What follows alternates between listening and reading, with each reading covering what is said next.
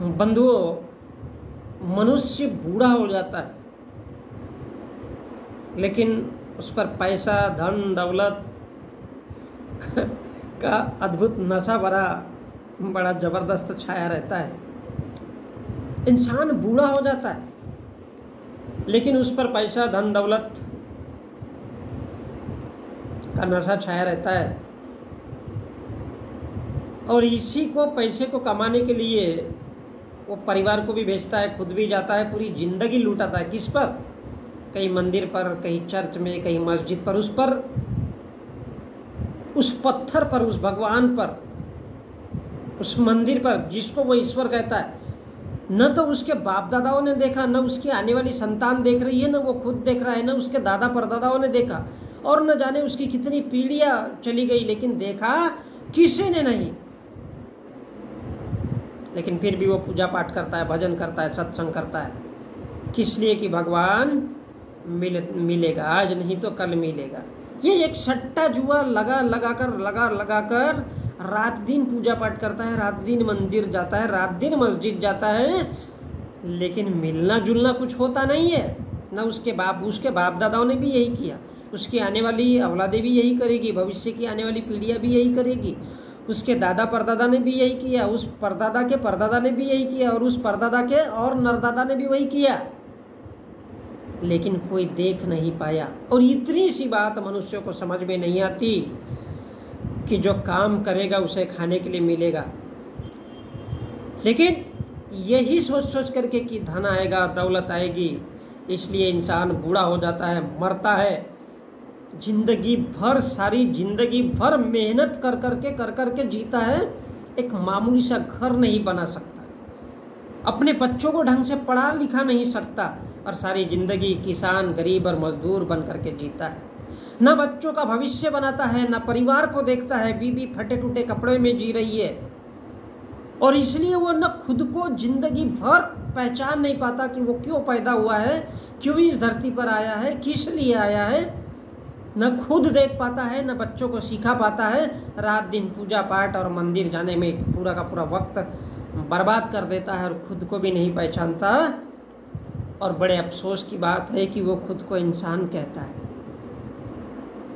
उसके पास मस्तिष्क है, उसके पास आंखें हैं देखने के लिए, बावजूद इसके वो कभी नहीं देख सकता। और इसलिए कबीरदास बड़ी गजब की लाइन कहते हैं कि पाहन पूजू हरि मिले तो मैं पूजू पहाड़, या तो चाकी वली पीस खाए संसार।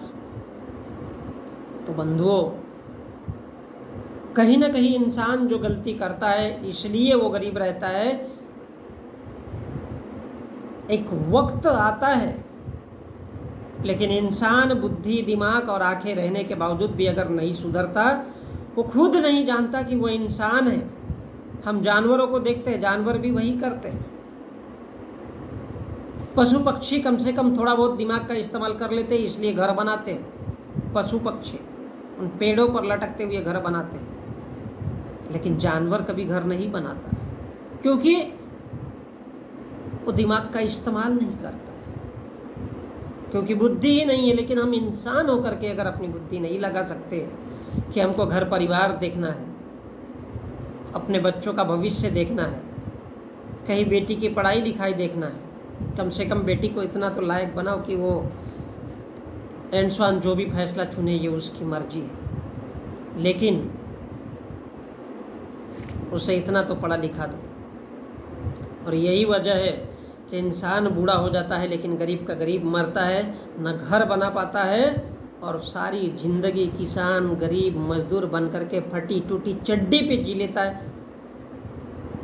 उसको मंदिर जाने के लिए बड़ा गर्व होता है, उसको तब शर्म नहीं आती, लेकिन बेटी की चड्डी फटी है, बेटी की बनियान फटी है, बेटे के शरीर पे ढंग से कपड़े नहीं है, वो नहीं दिखता और वो ना ही वो देख पाता है, तब उसको शर्म महसूस नहीं होती, और इसलिए वो कभी खुद को पहचान नहीं पाता।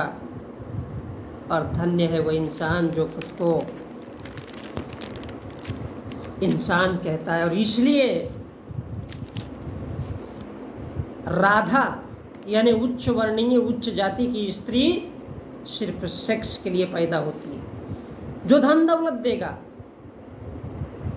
उसी से सेक्स करेगी। राधा वही है जो राजकुमार का सपना देखे, क्योंकि महिलाओं के सपने में राजकुमार आते हैं। काहे के लिए? धन दौलत के लिए। वो सेक्स करे तो धन दौलत के लिए करे, अगर मरे तो पैसों के लिए मरे, और अगर जिए तो पैसों के लिए जिए, और जो भी पैसा देगा उसके साथ अपना शरीर खोले और बोले कि ले बाबा तेरे को जो करना है, जैसा करना है कर ले। क्योंकि प्रेम यह एक शरीर का भोग मात्र है, एक भक्ति है। जहाँ पैसा वही सेक्स वही शरीर है, और शरीर को वही बिछा दो जहाँ पैसा मिलता है, क्योंकि वो उनकी सेक्स वर्कर हैं जो भगवान को पैदा करते हैं, और उन्हीं को खुश रखने का, उन्हीं लोगों को खुश रखने का अधिकार उस राधा का है, जिसे कभी साध्वी कहा जाता है, कभी रीतंबरा कहा जाता है, कभी साधुनी कहा जाता है, और न जाने कभी कथावाचक कहा जाता है, और न जाने कितने प्रकार की, उनकी हजारों प्रकार की पदवियाँ हैं उन महिलाओं को दी जाती। तो ये कुल मिलाकर के राधा का वही रूप है। इसलिए बंधुओं कहना चाहता हूँ कि सामान्य स्त्री को पसंद करो अगर जिंदगी में खुश रहना चाहते हो। ऊंची जाति की कभी किसी राधा को पसंद मत करो। क्यों? क्योंकि ग्वाला कृष्ण कन्हैया राधा से प्रेम कर सकता है, शादी नहीं, क्योंकि वो छोटे जाति का है। वो भले ही राजा बन जाए, इस देश का प्रधानमंत्री बन जाए, लेकिन उसे इस देश के ब्राह्मण की, इस देश के भगवान का सम्मान करना चाहिए, क्योंकि वह संत अमीर भगवान की दीवानी है। कौन? राधा। वो भगवान की दीवानी है, उसकी सेवक है, उसकी रखेल है, उसकी सेक्स वर्कर है। तो तुम्हें कोई अधिकार नहीं बनता उसके बारे में सोचने का। और ये बहुत खूबसूरत बात है कि हमेशा सामान्य स्त्री को पसंद करो। जीवन में हमेशा सुख और शांति अगर चाहते हो तो एक सामान्य स्त्री को पसंद करो, उस राधा को नहीं जो उस भगवान की दीवानी है, उस मीरा को नहीं जो उस भगवान की दीवानी है।